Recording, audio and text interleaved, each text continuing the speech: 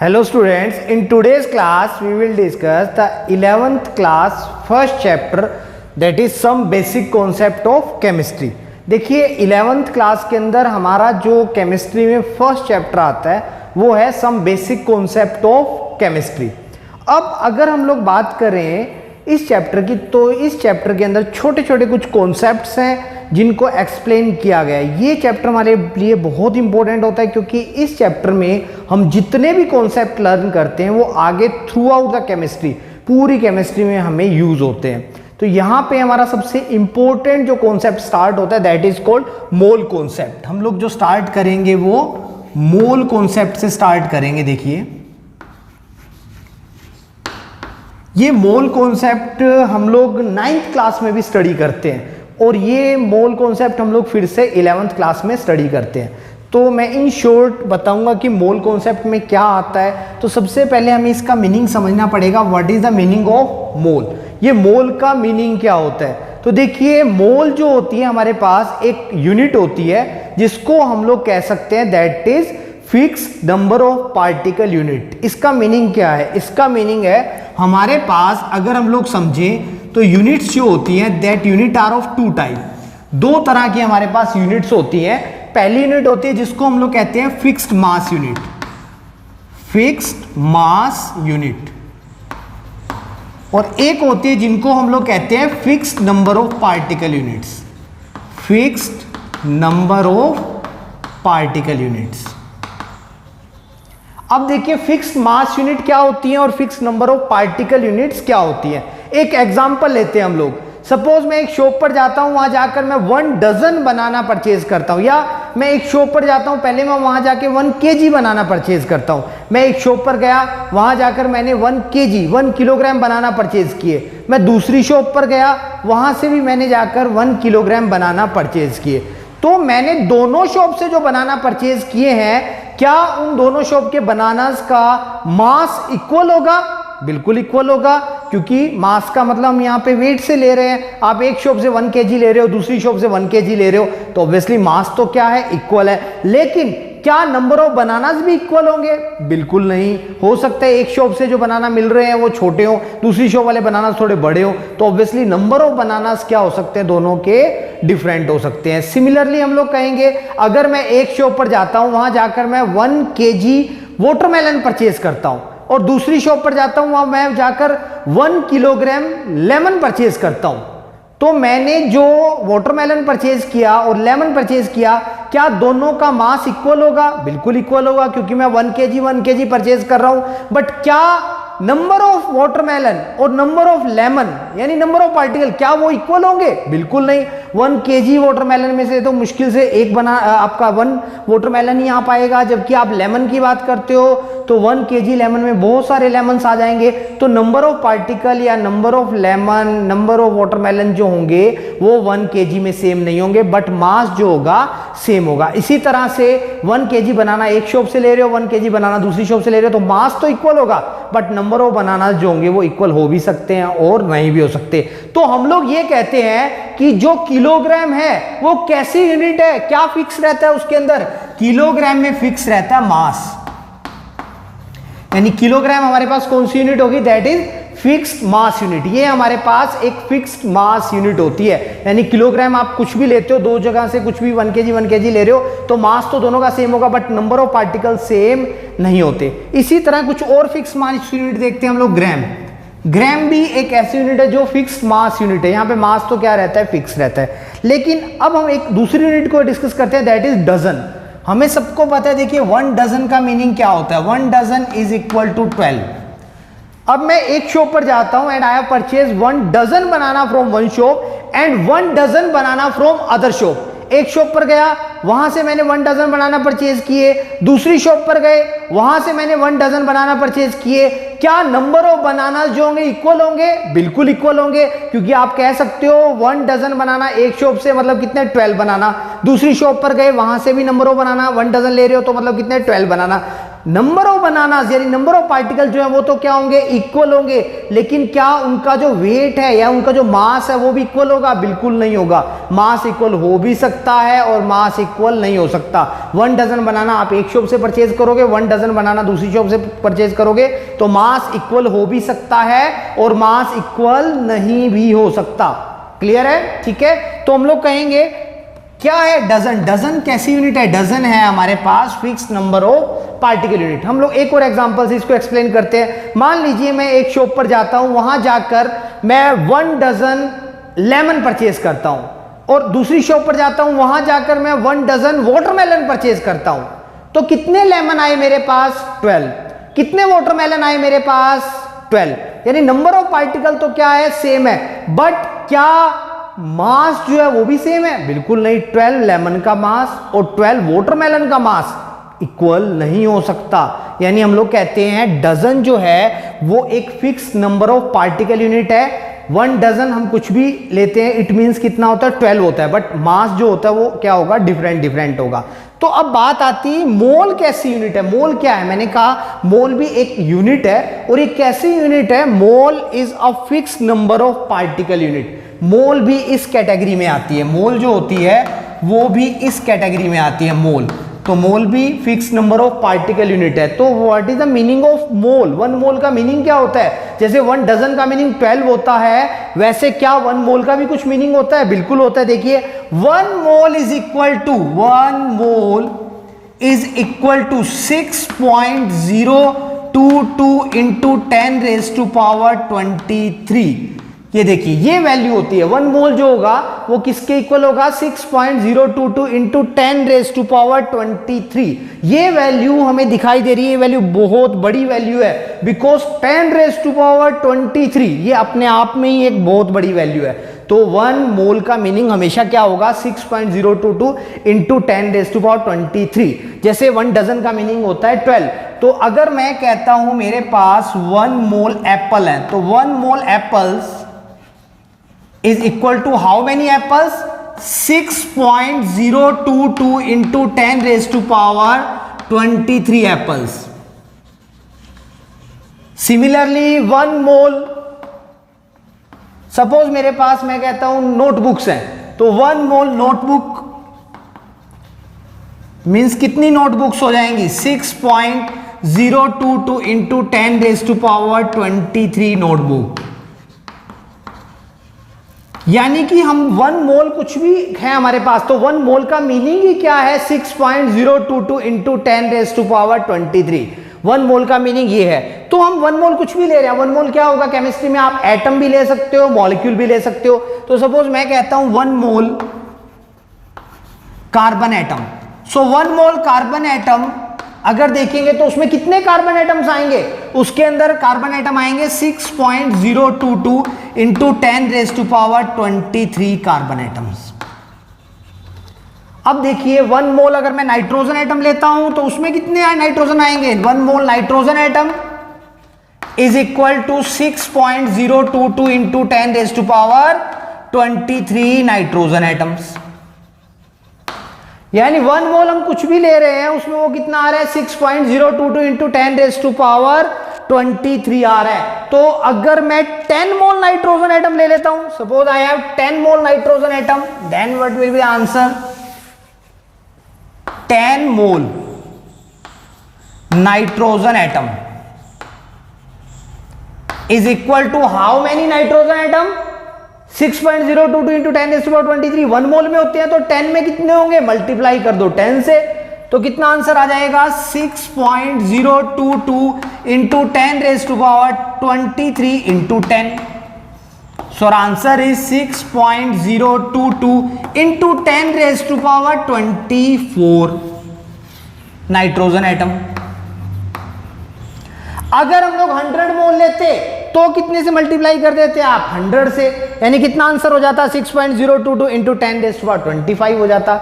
यानी हम लोग कहेंगे 1 मोल जो है वो 1 डजन की तरह से है। जैसे 1 डजन में कोई भी एंटाइडीज लेते हो वो 12 होती है, वैसे ही 1 मोल में कोई भी एंटाइडीज आप ले रहे हो, it means that is 6.022 into 10 raise to power 23 आएगा। क्लियर हो गया? अब देखिए हम लोग इसी कॉन्सेप्ट को थोड़ा और आगे लेकर जाते हैं।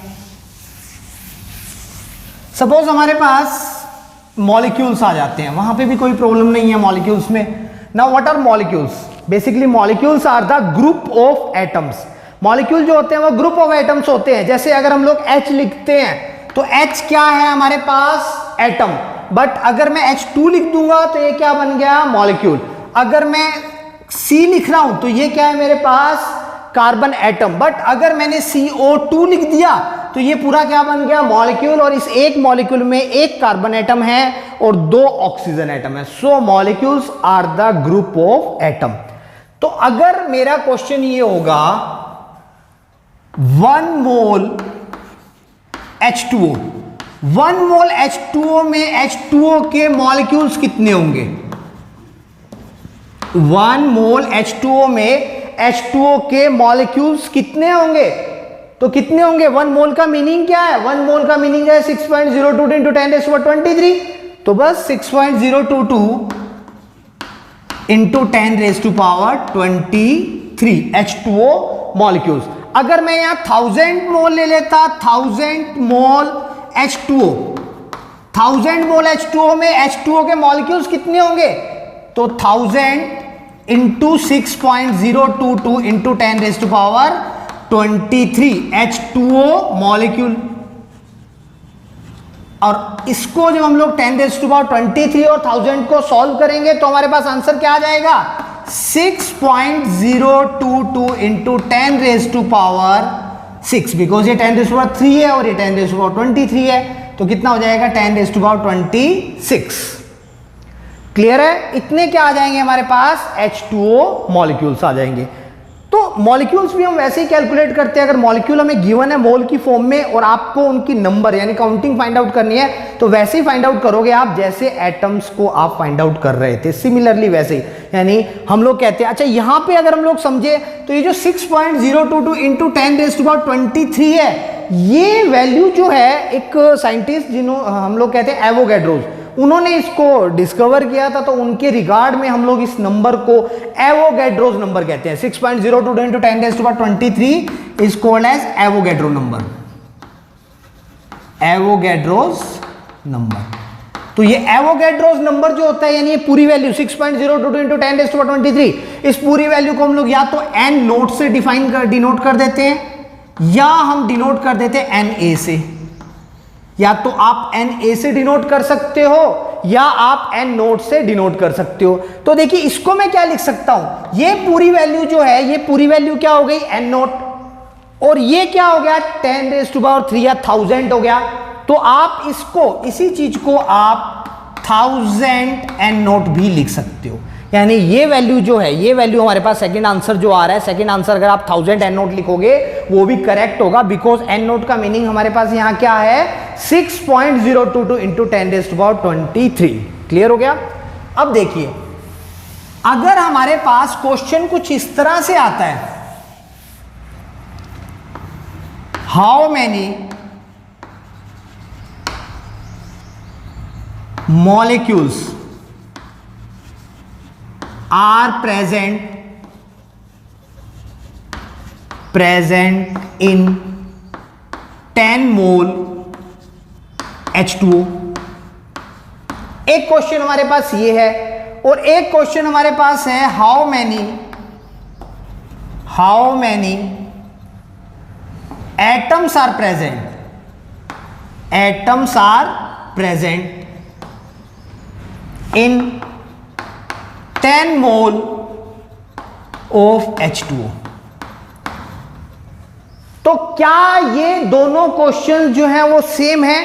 जरा सोचिए, क्या ये दोनों क्वेश्चन जो है हमारे पास सिमिलर हैं या इन क्वेश्चंस में कुछ डिफरेंस है? बिल्कुल, आप अगर सोच रहे हो डिफरेंस है तो बिल्कुल सही है, इन क्वेश्चंस में डिफरेंस है। क्या डिफरेंस है? देखिए फर्स्ट क्वेश्चन में हमें 10 मोल H2O दिया गया है और उसमें हमें क्या फाइंड आउट करने हैं? Number of molecules.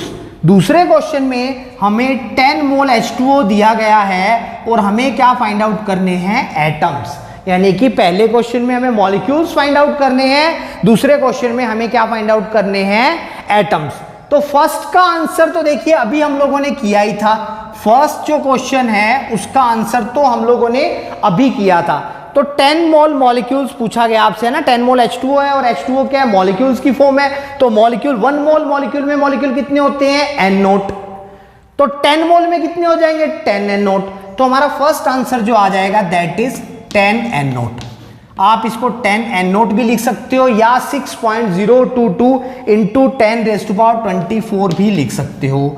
6.022 इंटू 10⁻24 क्या है ये हमारे पास, H2O मॉलिक्यूल्स।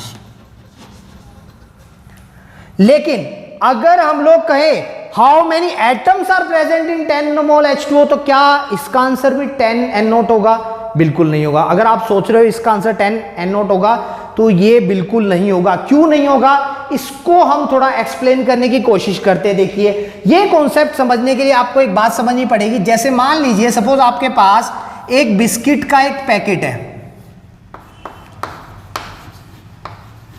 आपके पास बिस्किट का एक पैकेट है और जो ये बिस्किट का एक पैकेट आपके पास है इसमें टोटल बिस्किट आपके पास 10 है। इसके अंदर सपोज आपके पास 10 बिस्किट्स हैं। एक पैकेट में कितने बिस्किट्स हैं, 10 बिस्किट्स हैं। अब देखिए, मान लीजिए आपको कोई कहता है 1 डजन पैकेट, 1 डजन पैकेट। तो 1 डजन पैकेट में पैकेट्स कितने होंगे, तो आप आंसर दोगे 12 पैकेट। आपका आंसर क्या होगा, 12 पैकेट। बिल्कुल सही है, 1 डजन पैकेट में पैकेट कितने होंगे, 12 पैकेट। बट आपसे अगर कोई पूछे कि 1 डजन पैकेट में बिस्किट्स कितने होंगे,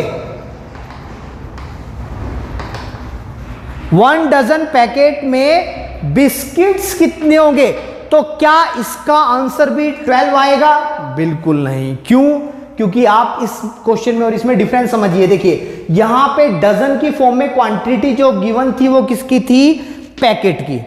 और आपसे जो पूछा गया किसकी क्वांटिटी पूछ रहे थे, वो भी पैकेट की। यानी जिसकी डजन की फॉर्म में क्वांटिटी गिवन है वही चीज आपको कैलकुलेट करनी है। यहां देखिए, आपसे जो चीज पूछी गिवन किसकी क्वांटिटी है, पैकेट की। डजन की फॉर्म में किसकी क्वांटिटी गिवन है, पैकेट की। और आपसे पूछा क्या गया है, बिस्किट्स, यानी डिफरेंट पूछा गया है। यानी जिसकी क्वांटिटी आपको गिवन है वो चीज आपसे नहीं पूछी गई, उसके अंदर जो है वो पूछा गया। तो देखिए, हम लोग समझते हैं आप कैसे कैलकुलेट करते हो इसको। बिल्कुल सिंपल सी बात है, आपको पहले क्या देखना पड़ेगा, 1 डजन पैकेट्स में पैकेट्स कितने आएंगे, तो ऑब्वियसली कितने पैकेट्स आएंगे, 12 पैकेट। और अब आपको देखना पड़ेगा एक पैकेट में बिस्किट्स कितने हैं, एक पैकेट में बिस्किट कितने हैं, 10। तो आप इसको कितने से मल्टीप्लाई कर देते हो, 10 से। तो आपका आंसर क्या आता है, 120 बिस्किट्स। आपका आंसर क्या आ जाता है, 120 बिस्किट्स। अब देखिए, इसी चीज को हम अप्लाई करेंगे इस क्वेश्चन के ऊपर, इसी चीज को हम इस क्वेश्चन पे अप्लाई करेंगे। यहां पे क्या है, हमें क्वांटिटी जो गिवन है वो किसकी गिवन है, मॉलिक्यूल की। और किसकी क्वांटिटी फाइंड आउट करनी है, एटम की क्वांटिटी हमें फाइंड आउट करनी है। तो हम कहते हैं जैसे बिस्किट से मिलकर पैकेट बनता है, वैसे ही एटम से मिलकर क्या बनता है, मॉलिक्यूल बनता है। यानी कि हम कह सकते हैं atoms are like biscuits and molecule are like packets. Clear हो गया, समझ में आया। तो हम लोग कहेंगे जैसे बिस्किट से मिलकर क्या बन रहा है, पैकेट बनता है, वैसे ही बहुत सारे मॉलिक्यूल से मिलकर क्या, बहुत सारे एटम से मिलकर क्या बनेगा, एक मॉलिक्यूल बनेगा। तो हम लोगों को पता है जैसे बिस्किट जो है, बिस्किट से मिलकर क्या बन रहा है, पैकेट, वैसे ही हम लोग कह सकते हैं जो एटम्स हैं उनसे मिलकर क्या बनेगा, मॉलिक्यूल। यानी कि बिस्किट जो है वो किसकी तरह से हो गए, एटम्स की तरह से हो गए, और मॉलिक्यूल और पैकेट ये दोनों सेम हो गए। क्लियर हो गया। तो देखिए, अब इस क्वेश्चन में क्या, how many atoms are present in 10 mole of H2O, यानी जो क्वांटिटी गिवन है वो H2O की गिवन है। और H2O हमें सबको पता है क्या होता है, एक मॉलिक्यूल होता है। यानी किसकी क्वांटिटी गिवन है? मॉलिक्यूल की। और फाइंड आउट क्या करना है? एटम। यानी वही चीज होगी, पैकेट्स की क्वांटिटी गिवन है और उसके अंदर जो है उसकी क्वांटिटी आपको फाइंड आउट करनी है, यानी एटम्स की क्वांटिटी आपको फाइंड आउट करनी है। यानी बाहर वाली जो चीज है उसका आपको, उसकी क्वांटिटी आपको गिवन है मोल की फॉर्म में, और उसके अंदर जो है उसकी क्वांटिटी आपको फाइंड आउट करनी है। तो आप कैसे करोगे? तो आप पहले जो बाहर की चीज है उसे फाइंड आउट करोगे। जैसे यहाँ पे आपने क्या फाइंड आउट किए थे? पहले पैकेट्स फाइंड आउट किए थे। यहाँ पे आप पहले क्या फाइंड आउट करोगे? मॉलिक्यूल। फिर एक पैकेट में जितने बिस्किट थे उससे मल्टीप्लाई किया, यहाँ पे एक मॉलिक्यूल में जितने एटम होंगे उससे मल्टीप्लाई करोगे। तो देखिए पहले हम लोग क्या करते हैं, 10 मोल H2O में H2O के मॉलिक्यूल्स कितने होंगे, यानी पैकेट कितने हैं। तो 10 मोल H2O में 10 इंटू N0 क्या होंगे हमारे पास? H2O मॉलिक्यूल्स होंगे। 10 मोल H2O में हमारे पास H2O के मॉलिक्यूल्स कितने होंगे? 10 N0 होंगे। यहां तक क्लियर हो गया? 10 N0 हमारे पास H2O के क्या होंगे? मॉलिक्यूल्स होंगे। यानी हमने पैकेट निकाल लिए। अब हमने क्या किया था, एक पैकेट में कितने बिस्किट थे?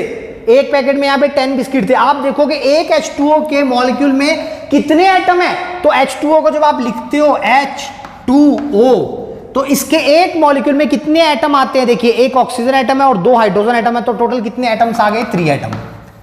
तो आप H2O को ऐसा पैकेट मान सकते हो जिसके अंदर 3 बिस्किट्स हैं। जिसके अंदर कितने बिस्किट्स हैं? 3। मतलब हम कहेंगे यहां पे 3 एटम्स। क्लियर हो गया? एक मॉलिक्यूल में कितने एटम है? 3। तो आप 10 N0 H2O मॉलिक्यूल को कितने से मल्टीप्लाई कर दोगे? 3 से। तो आपका आंसर क्या आ जाएगा? 30 N0 एटम्स। 30 N0 क्या आ जाएंगे हमारे पास? एटम्स। तो इस तरह से हम लोग एटम्स काउंट करेंगे। यानी इसका आंसर हमारा 10 N0 नहीं होगा, 30 N0 एटम्स होगा। क्लियर हो गया? इसी क्वेश्चन में देखिए अगर ये पूछा होता how many total hydrogen atom are present, सिर्फ हाइड्रोजन एटम निकालने होते, तो आपके पास मॉलिक्यूल कितने हैं? 10 N0। और एक मॉलिक्यूल में हाइड्रोजन का देखोगे, अब सिर्फ हाइड्रोजन के एटम कितने हैं? तो 2 है। तो आप कितने से मल्टीप्लाई करोगे इसको? इंटू 2 से। तो आपका आंसर क्या आ जाता? 20 N0H एटम। यानी अगर आपसे पूछा जाता कि हाइड्रोजन एटम बताओ, तो इसमें कितने हो जाते हैं? 20 N0 हो जाते। अगर ऑक्सीजन एटम पूछा जाता तो देखिए 10 मोल H2O मींस कितना? 10 N0 H2O हो गया हमारे पास मॉलिक्यूल। अब सिर्फ ऑक्सीजन पूछे जाते हैं, यानी ऑक्सीजन एटम बताओ कितने हैं? तो एक मॉलिक्यूल में कितने ऑक्सीजन एटम है? 1। तो 10 N0 में कितने हो जाएंगे? Multiplied by 1। तो आपका आंसर क्या आता? 10 N0O एटम।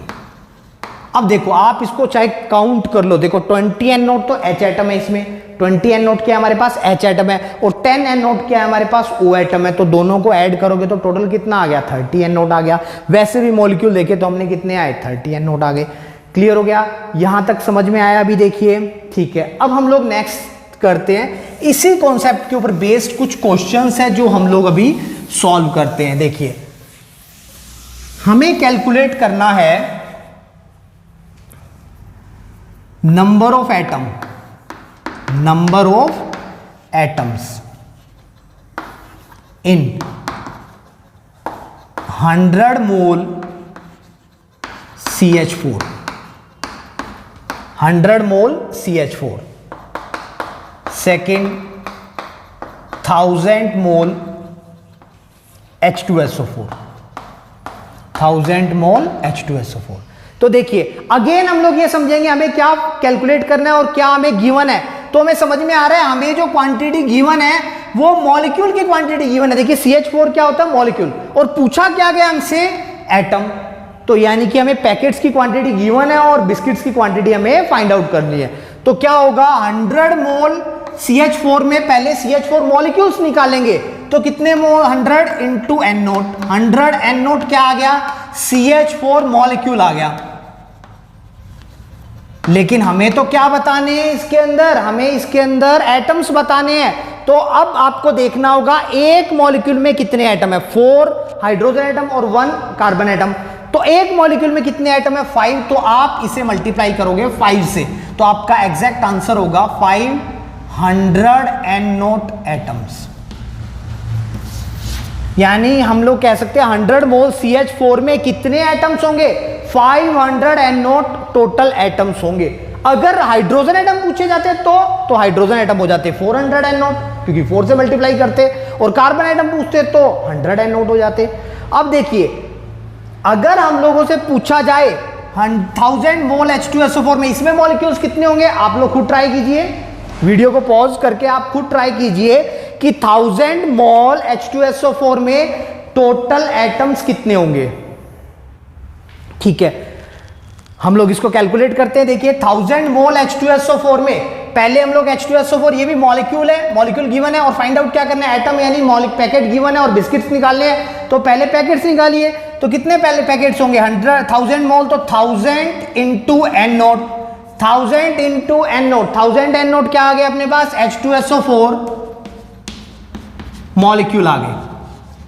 अब एक H2SO4 के मॉलिक्यूल में जरा देखिए कितने एटम्स हैं, तो 4 oxygen atom, 1 sulphur atom and 2 hydrogen atom.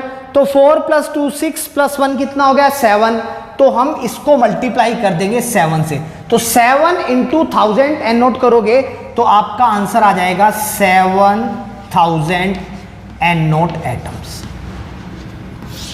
तो इस तरह से हम लोग कैलकुलेट कर लेते हैं एटम्स। मॉलिक्यूल में जब हमें एटम्स फाइंड आउट करने होते हैं तो हम लोग इस तरह से उन्हें फाइंड आउट कर सकते हैं। एक और क्वेश्चन हम लोग देखते हैं, देखिए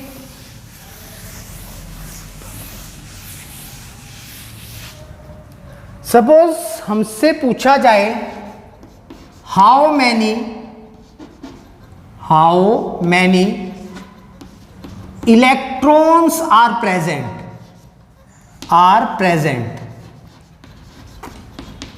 in 10 mole carbon atom. 10 mole carbon atom में इलेक्ट्रॉन्स कितने प्रेजेंट होंगे, तो 10 मोल कार्बन एटम में कितने इलेक्ट्रॉन्स प्रेजेंट होंगे। अब देखिए आपको जो क्वांटिटी गिवन है वो किसकी गिवन है, एटम की, बट आपको कैलकुलेट क्या करने हैं, इलेक्ट्रॉन। तो ये भी वही चीज होगी आपको। अब इलेक्ट्रॉन और एटम में क्या रिलेशन है, वही रिलेशन है जो बिस्किट और पैकेट में होता है। जो एटम होता है, एटम के अंदर क्या होते हैं, इलेक्ट्रॉन्स होते हैं, जैसे पैकेट के अंदर क्या होते हैं, बिस्किट्स होते हैं। तो हम लोग यहां पे क्या करेंगे, जैसे अभी हमने किया वैसे ही करेंगे। पहले 10 मोल कार्बन एटम में हम लोग कार्बन एटम्स कैलकुलेट करेंगे, तो हमारा आंसर कुछ ऐसा होगा। 10 मोल कार्बन एटम का मीनिंग हो गया 10 इंटू एन नोट, मोल हटाओ और उसकी जगह क्या लगा दो, N nought. 10 N nought carbon atom, यानी 10 मोल कार्बन एटम में कार्बन एटम्स कितने होंगे, 10 एन नोट। अब एक कार्बन में कितने इलेक्ट्रॉन्स होते हैं, तो देखिए बच्चों, जो एटम का एटॉमिक नंबर होता है, जो एटम का एटॉमिक नंबर होता है उसमें उतने ही क्या होते हैं, प्रोटॉन्स होते हैं। और अगर हमारा एटम न्यूट्रल है, यानी उसके ऊपर कोई भी चार्ज नहीं है, तो जितने प्रोटॉन्स होते हैं उतने ही इलेक्ट्रॉन्स होते हैं। तो देखिए अब ये कार्बन है, इसके ऊपर कोई चार्ज नहीं है, ना कुछ प्लस में लिखा हुआ है ना ही कुछ माइनस में लिखा हुआ है, यानी ये न्यूट्रल एटम है। तो कार्बन का एटॉमिक नंबर देखिए, कार्बन का एटॉमिक नंबर होता है 6। तो कार्बन का एटॉमिक नंबर जब 6 होता है तो इसमें 6 ही प्रोटॉन होंगे और 6 ही इलेक्ट्रॉन होंगे। तो यानी एक कार्बन एटम में कितने इलेक्ट्रॉन है, 6। यानी ये एक ऐसा पैकेट है जिसके अंदर 6 बिस्किट्स हैं। तो आप मल्टीप्लाई किससे करोगे, आप 6 से। तो आपका आंसर क्या आ जाएगा, 60 एन नोट इलेक्ट्रॉन। अगर इसमें प्रोटॉन पूछे जाते तो ये न्यूट्रल एटम है, यानी इलेक्ट्रॉन प्रोटॉन इक्वल होते हैं, तो प्रोटॉन भी क्या होते, आप इसको मल्टीप्लाई करते 6 से, 10 एन नोट को 6 से मल्टीप्लाई करते तो 6 एन नोट क्या आते, उसके अंदर प्रोटॉन्स आते। तो इस तरह से हम लोग electrons, protons, charge, atom, molecule, इनकी क्वांटिटी हम लोग फाइंड आउट कर लेते हैं। तो ये हम लोग जो देख रहे हैं, ये हम लोगों ने देखा कि जो मोल होता है उस मोल को हम लोग क्वांटिटी की फॉर्म में किस तरह से फाइंड आउट कर सकते हैं। यानी मोल की, अगर हमें मोल की फॉर्म में कोई सब्सटेंस दिया हुआ है तो हम उसकी क्वांटिटी किस तरह से फाइंड आउट कर सकते हैं। अब देखिए हम लोग समझते हैं कि अगर हम लोग क्या नंबर ऑफ मोल की फॉर्म में अगर हमें किन्हीं एटम्स या मॉलिक्यूल की क्वांटिटी गिवन है तो क्या हम उसका मास भी फाइंड आउट कर सकते हैं, बिल्कुल कर सकते हैं। कैसे किया जाएगा, देखिए मान लीजिए सपोज हमारे पास 1 डजन बनाना हमने एक शॉप से परचेज किए, 1 डजन बनाना हमने दूसरी शॉप से परचेज किए, तो क्या हम इनका मास फाइंड आउट कर सकते हैं, बिल्कुल कर सकते हैं। मास डिफरेंट होगा बट हम फाइंड आउट कर सकते हैं। कैसे कर सकते हैं? हम उन्हें वेइंग बैलेंस पर रखेंगे और चेक कर लेंगे, वेइंग मशीन पर या वेइंग बैलेंस पे रख के चेक कर लेंगे कितना मास है। अब देखिए, अगर हमें मोल्स की फॉर्म के अंदर अगर कुछ भी कोई मॉलिक्यूल या कोई एटम्स गिवन होते हैं तो हमें उनका मास चेक करने के लिए उन्हें वेइंग मशीन पे रखने की रिक्वायरमेंट नहीं है। हम उनका मास कैलकुलेट करके पेन और पेपर पर कैलकुलेट करके बता सकते हैं। यानी अगर हमें कोई मॉलिक्यूल्स हैं या कोई एटम्स हैं, उनकी क्वांटिटी मोल की फॉर्म में गिवन है, तो हम उसका मास बिना वेइंग मशीन के पेन पेपर से हम लोग कैलकुलेट करके बता सकते हैं। जैसे हमसे कोई पूछे 10 मोल कार्बन का मास बताइए, तो हमें 10 मोल कार्बन को वेइंग मशीन पे नहीं रखना, हम 10 मोल कार्बन का पेन और पेपर से मास बता सकते हैं कितना आएगा। तो वो अब हम लोग समझेंगे। देखिए क्या होता है, हर एटम का मास जो होता है, एटम का मास होता है वो डिफरेंट होता है। एटम्स के साइज और एटम का मास भी डिफरेंट होता है। जैसे मान लीजिए मैं कहता हूं सपोज ये मेरे पास हाइड्रोजन एटम है ना, एटम स्फेरिकल होते हैं, सपोज ये आपके पास हाइड्रोजन एटम है ना, और आपके पास एक ये जो है ये मान लीजिए कार्बन एटम है, तो इन दोनों का साइज और मास ऑब्वियसली क्या मिलेगा आपको? डिफरेंट मिलेगा। या आप समझ सकते हो आपके पास एक क्रिकेट की जो छोटी बॉल होती है ना, वो बॉल जो है वो क्या है, आपके पास हाइड्रोजन एटम है, और एक बड़ी बॉल फुटबॉल जो है वो सपोज आपके पास क्या है, कार्बन एटम है। तो दोनों बॉल्स का जो साइज है वो साइज क्या है, डिफरेंट है, तो मास भी दोनों का क्या होगा, डिफरेंट होगा। तो मान लीजिए मैं कहता हूं मेरे पास 1 डजन ये वाले चौक हैं और 1 डजन मेरे पास ये वाले चौक हैं, तो नंबर ऑफ क्वांटिटी, नंबर में तो दोनों क्या आएंगे, 12 आएंगे, बट मास जो होगा, क्या मास भी इक्वल होगा? बिल्कुल नहीं होगा। इनके 12 का मास और इन चौक के 12 चौक का मास अगर आप देखोगे तो डिफरेंट होगा। सिमिलरली अगर मैं 1 मोल ये वाले चौक लेता हूं और 1 मोल ये वाले चौक लेता हूं तो उनका मास भी क्या मिलेगा आपको, डिफरेंट मिलेगा। सिमिलरली अगर मैं 1 मोल क्रिकेट वाली बॉल्स लेता हूं और 1 मोल फुटबॉल लेता हूं तो उनका मास भी डिफरेंट मिलेगा। तो इसी तरह अगर मैं 1 मोल हाइड्रोजन एटम लेता हूं और 1 मोल कार्बन एटम लेता हूं तो उनका मास भी क्या होगा, डिफरेंट होगा। हालांकि इवन नंबर में तो वो इक्वल होंगे, काउंटिंग में तो दोनों देखोगे आप कितने होंगे, 6.022 into 10⁻23 ही होंगे, बट 6.022 into 10⁻23 हाइड्रोजन का मास और 6.022 into 10⁻23 कार्बन एटम का मास क्या होगा, डिफरेंट होगा। तो वो मास कितना होता है वो हम लोग समझते हैं। देखिए हर एटम का अपना एक एटॉमिक मास होता है, जो हम लोग 9th क्लास में हम लोग स्टडी कर चुके होते हैं। जैसे आपने समझा होगा हाइड्रोजन है, तो हाइड्रोजन का एटॉमिक मास हम कितना लेते हैं, 1 ग्राम पर मोल। इसी तरह कार्बन का कितना लेते हैं, 12 ग्राम पर मोल। इसी तरह अगर हम लोग एटॉमिक मास देखें तो नाइट्रोजन का कितना लिया जाता है, 14 ग्राम पर मोल। ऑक्सीजन का देखते हैं तो ऑक्सीजन का कितना होता है, 16 ग्राम पर मोल। सोडियम का देखते हैं तो सोडियम का कितना होता है, 23 ग्राम पर मोल। तो इस तरह से हम लोग ये कह सकते हैं हर एटम का अपना एक एटॉमिक मास होता है, जिसको हम लोग ग्राम की फॉर्म में भी रिप्रेजेंट कर सकते हैं और एटॉमिक मास यूनिट की फॉर्म में भी रिप्रेजेंट कर सकते हैं। डिफरेंस बस इतना होता है, जब हम ग्राम की फॉर्म में रिप्रेजेंट करते हैं तो वो 1 मोल का मास होता है, जबकि एटॉमिक मास यूनिट या यूनिफाइड मास की फॉर्म में रिप्रेजेंट करते हैं तो वो सिंगल एटम का मास होता है। जैसे अगर मैं लिख रहा हूं carbon is equal to 12U या लिख रहा हूं 12 AMU, What does it means? इसका मीनिंग है मैंने कार्बन का एक सिंगल एटम लिया हुआ है, बट अगर मैं लिख रहा हूं कार्बन इज इक्वल टू कितना, 12 ग्राम, तो इसका मतलब हुआ मैं 1 मोल कार्बन एटम की बात कर रहा हूं। यानी यूनिफाइड मास 1 एटम के लिए और ग्राम जो होता है वो 1 मोल के लिए होता है। तो हम लोग ये कहते हैं ये सारे क्या है, एटॉमिक मास हैं। तो अब समझिए मोल में और मास में क्या रिलेशन होता है। अगर हमारे पास कोई भी एटम है तो उस एटम के 1 मोल का मास उसके एटॉमिक मास के ही इक्वल होता है इन ग्राम। फिर से मैं रिपीट कर देता हूं, 1 मोल एटम का जो मास होगा that is equal to its atomic mass in gram. For example अगर मुझसे कोई कहता है 1 मोल हाइड्रोजन है तो उसका मास बताओ कितना होगा, तो वो 1 ग्राम होगा। अगर कोई कहता है 1 मोल कार्बन एटम है उसका मास बताओ कितना होगा, तो वो 12 ग्राम होगा। कोई कहता है 1 मोल नाइट्रोजन एटम है उसका मास बताओ तो कितना होगा, 14 ग्राम होगा। कोई कहता है 1 मोल मेरे पास ऑक्सीजन एटम है, उसका मास बताओ कितना होगा, तो 16 ग्राम होगा। कोई कहे मेरे पास 1 मोल सोडियम एटम है, उसका मास बताओ तो कितना होगा, 23 ग्राम होगा। क्लियर। तो देखिए अगर कोई आपसे पूछता है 10 मोल सोडियम एटम का मास बताइए, सोडियम एटम का मास, तो सोडियम एटम के 10 मोल का मास कितना होगा, तो 1 मोल का मास कितना है 23 ग्राम, तो 10 का कितना होगा 10 इंटू 23, तो हमारे पास आंसर क्या आ जाएगा 230 ग्राम। तो इट मींस देखिए हमारे पास 10 मोल सोडियम एटम का मास कितना है 10 इंटू 23 230 ग्राम। इसी तरह अगर कोई मुझसे कहे 100 मोल कार्बन एटम का मास, 100 मोल कार्बन एटम का मास कितना होगा, तो 1 मोल का कितना होता है 12 ग्राम, तो 100 मोल का कितना होगा 12 इंटू 100 मतलब कितना आ गया 1200 ग्राम। तो आप समझिए देखिए हमारे पास यहां से एक फॉर्मूला ड्राइव हो सकता है, वो फॉर्मूला क्या हम लोग ड्राइव कर सकते हैं, 10 मोल सोडियम एटम, 10 मोल सोडियम एटम का मतलब क्या है, ये हमारे पास क्या गिवन है नंबर ऑफ मोल्स, ये देखिए ये का मास है ना, 10 मोल सोडियम एटम का मास, यानी हमें 10 मोल सोडियम एटम का मास बताना है, तो ये हमारे पास क्या है मास, 10 क्या है यहाँ पे नंबर ऑफ मोल, और ये 23 क्या है उसका atomic mass.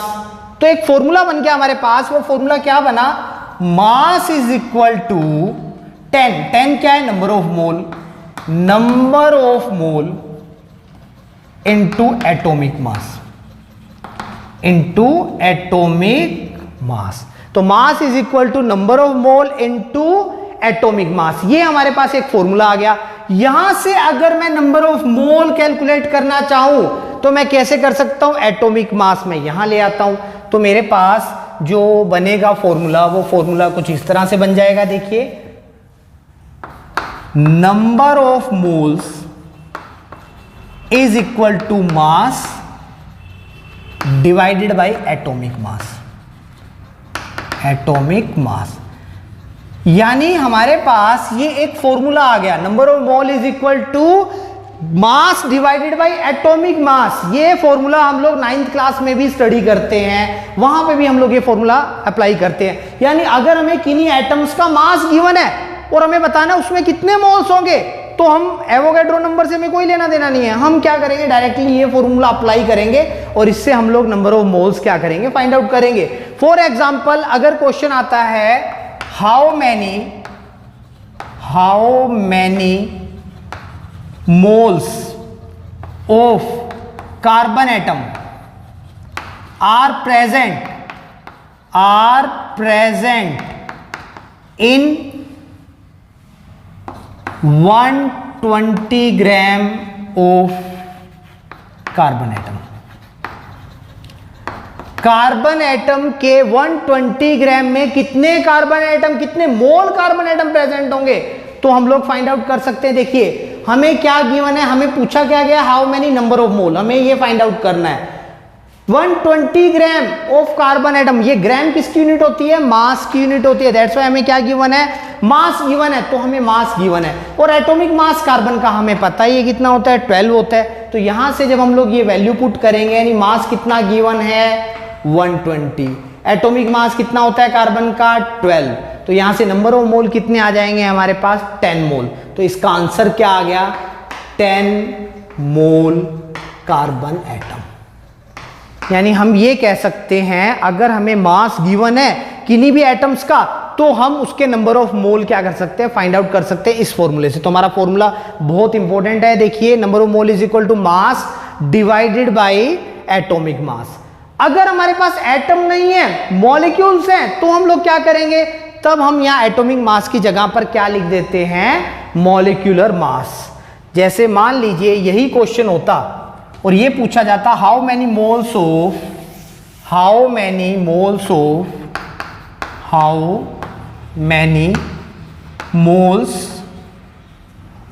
H2O are present in 1800 gram of H2O। अब देखिए अगर हम इस क्वेश्चन में देखें तो इस क्वेश्चन में क्या है हमारे पास, हमें फाइंड आउट करने नंबर ऑफ मोल किसके, H2O के। और H2O क्या है, मॉलिक्यूल है, और ये H2O मॉलिक्यूल है। और ये देखिए ये क्या दिया हुआ है, ग्राम, 1800 ग्राम। ये 1800 ग्राम जो है H2O का मास दे दिया। तो हम यहाँ पे मास की जगह पर क्या लिखेंगे, 1800। और यहां पे हमें क्या रखना होगा, एटॉमिक मास नहीं रखना होगा, अब की बार हम लोग यहां पे रखेंगे मॉलिक्यूलर मास। मॉलिक्यूलर मास को हम लोग मोलर मास भी कहते हैं और मॉलिक्यूलर मास को हम एटॉमिक मास भी कहते हैं। ये कैसे कैलकुलेट किया जाता है हम लोगों ने 9th क्लास में सीखा होगा।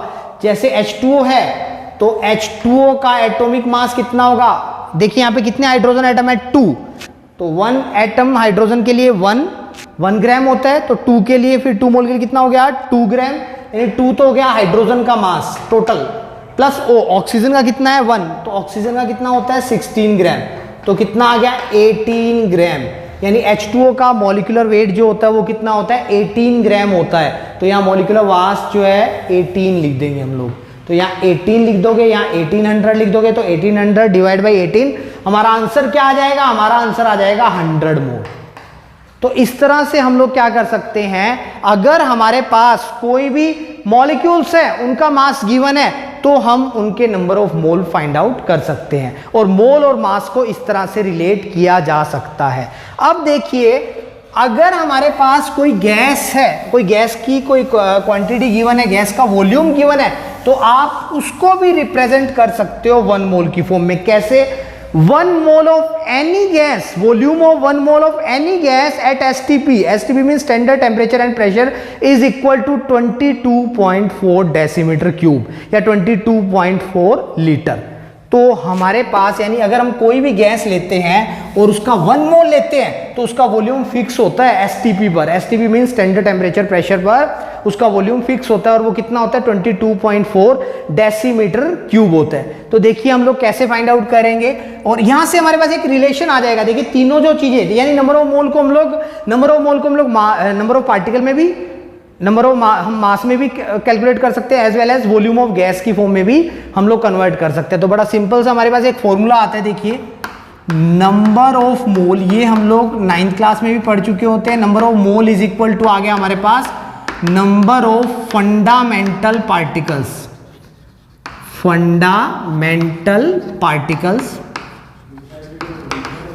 Divide by N not means Avogadro's number is equal to mass divided by molecular weight, या हम कह सकते हैं atomic weight, is equal to volume of gas at STP divided by 22.4 decimetre cube, या decimetre cube को ही हम लोग क्या कहते हैं, लीटर कहते हैं। तो इस तरह से मान लीजिए आपको किसी गैस का वॉल्यूम गिवन है और आपको उसका मास फाइंड आउट करना है, तो आप इन दोनों फॉर्मूलाज को इक्वेट कर दो। अगर आपको किसी कोई भी सब्सटेंस है उसका मास गिवन है और आपको उसके अंदर number of fundamental particle, now what are fundamental particle means atom, molecule और ये सब फाइंड आउट करने हैं, तो आप इन दोनों को क्या कर सकते हो, इक्वेट कर सकते हो। इन दोनों को आप इक्वेट कर दो। जैसे हम लोग एक क्वेश्चन देखते हैं, हमारे पास क्वेश्चन आता है how many CO2 molecules are present in 11.2 decimetre cube CO2 gas at STP। अब देखिए हमारे पास, हमें फाइंड आउट क्या करना है, how many number of molecules, यानी हमें fundamental particle, number of fundamental particle find out करने हैं, और गिवन क्या है हमारे पास, वॉल्यूम। तो हम इन दोनों फॉर्मूलाज को इक्वेट करेंगे। तो इन दोनों फॉर्मूलाज को जब आप इक्वेट करोगे तो क्या बनेगा, number of fundamental particle divide by N nought is equal to volume of gas at STP divide by 22.4 decimetre cube. अब देखिए वैल्यूज पुट कीजिए। नंबर ऑफ मॉलिक्यूल का मीनिंग है नंबर ऑफ फंडामेंटल पार्टिकल, वो तो हमें फाइंड आउट करने हैं, यानी x हो गया, एन नोट हो गया। वॉल्यूम, वॉल्यूम हमें गिवन है, वो वॉल्यूम कितना गिवन है 11.2 डेसीमीटर क्यूब, यानी लीटर में गिवन है, और 22.4, तो ये 11.2 और 22.4 2 पे चला गया। तो यहां से x की वैल्यू क्या आई, x की वैल्यू हमारे पास देखिए क्या आ रही है, हमारे पास x की वैल्यू आ रही है हमारे पास 1/2 एन नोट, यानी हम कह सकते हैं इसको 0.5 N nought CO2 molecules, 0.5 N nought CO2 molecules. तो ये हमारे पास आंसर आ जाएगा। तो ये भी हमारा एक बहुत इंपॉर्टेंट फॉर्मूला है जो आगे जाकर हमें यूज होगा स्टोशियोमेट्री में, और जहां पे हम लोग आगे इस चैप्टर में क्वेश्चंस करेंगे वहां पे हमें ये फॉर्मूला यूज होने वाला है। तो इस तरह से देखिए जो मोल होता है उसको हम मास की टर्म्स में भी डिफाइन कर सकते हैं, मोल को हम लोग नंबर ऑफ पार्टिकल्स की फॉर्म में भी डिफाइन कर सकते हैं, और अगर हमारे पास मोल है तो मोल को हम लोग, कोई गैस है तो उस गैस के वॉल्यूम की फॉर्म में भी डिफाइन कर सकते हैं। तो ये हमारे पास number of moles find out करने का मेथड था।